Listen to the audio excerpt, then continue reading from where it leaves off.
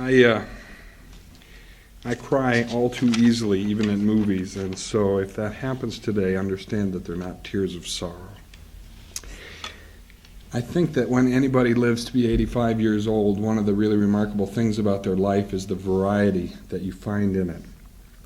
I know a lot of people who only knew Dad in the last years or only knew him here at church have commented to us this week that they never realized until they read his obituary how many things that he had done and taken part in.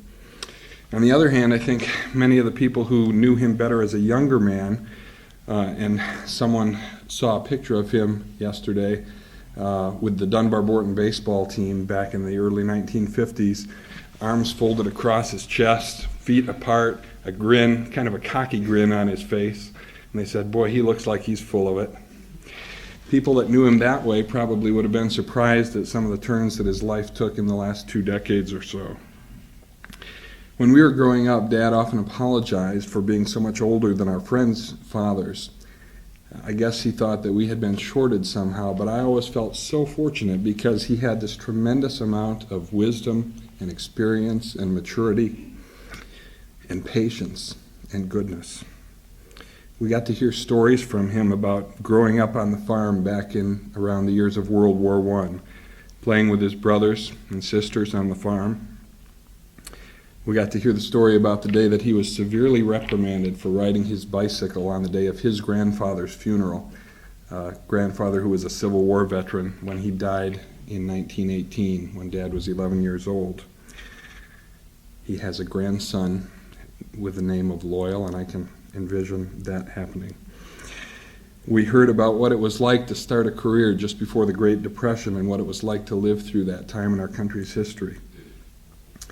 We got to hear about how, because Dad was laid off for a few weeks during the Depression, how he was able to nurse his own father through his final illness and death almost exactly 59 years ago this week. We got to climb up on his lap for apple time in the evening. And we got to go into Adrian and visit him in his office, hear his employees talk about Mr. Borton, or Red, or RL, with respect and with affection. He taught us so many things: how to pack a trailer for a vacation, how to tie a tie. He pulled innumerable vehicles out of the creek or the lake or the mud that I got stuck. He drove the boat for us to go water skiing. And he drummed into our heads that whenever you use a wrench, it's always righty-tighty, lefty-loosey. It seemed like there was nothing mechanical that he was ever afraid to tackle, and he could do it all well, whether it was carpentry or plumbing or fixing the tracks on our bulldozer or cutting these vents into the church ceiling.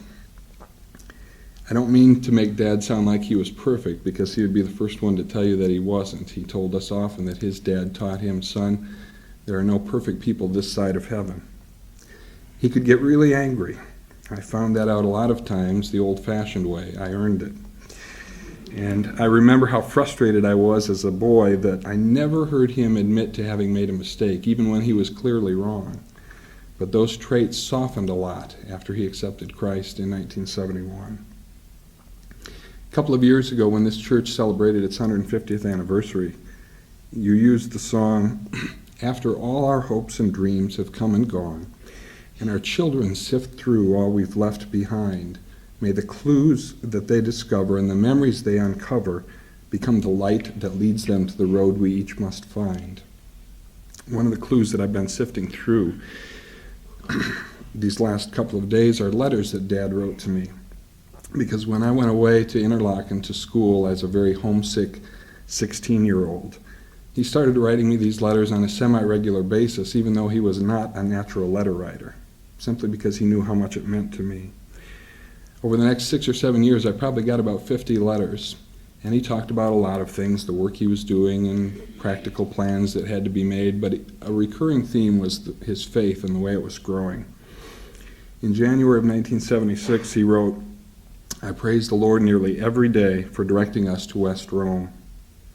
A few months before that, he had written on an evening when he was home sick with a cold, "The family just returned from church, and your mother told me that Pastor Corbin said he was coming over to bawl me out because I didn't take care of myself. I try to, although perhaps I'm working a bit more than most men my age. Anyway, my dad always said a man will rust out quicker than he will wear out, and I enjoy working when I feel okay. In that same letter, he said, I have been praying quite a lot lately that the Lord would lead you and guide you into the life work he would have you follow. Seems rather strange that you would have mentioned the subject in your last letter. I'm sure that none of us can be completely contented unless we are living in his will. Sure wish I had become a Christian as a young man. I'm sure that with the number of people I've had supervision over, several hundred at least, I might have converted a few. Another time when he was having some legal difficulty with the trailer park which he had built during his spare hours, he discovered that our attorney had been praying with his family for a fair and just settlement of the situation. And Dad wrote me, Alan, I was so glad to know that he was a Christian attorney that I could hardly talk for a minute or two. Praise the Lord, he directed me to this man. I told Dave Hasensaw about his prayer this morning, and he was really amazed. Dave said he didn't think there were any Christian attorneys. And finally, he also showed that he could apologize when he wrote, Alan, I'm very sorry for the impatience I displayed a few times this summer. I've never been one to verbally express my love and appreciation for my family, and regardless of how I feel inside, I'm unable to state those feelings. But I know I am changing some since changing churches to West Rome. I can really feel that change. The refrain to the song I quoted a minute ago goes like this. Oh, may all who come behind us find us faithful. May the fire of our devotion light their way. May the footprints that we leave lead them to believe. May the lives we live inspire them to obey. And the fire of Dad's devotion does light our way. And his life does inspire us to obey.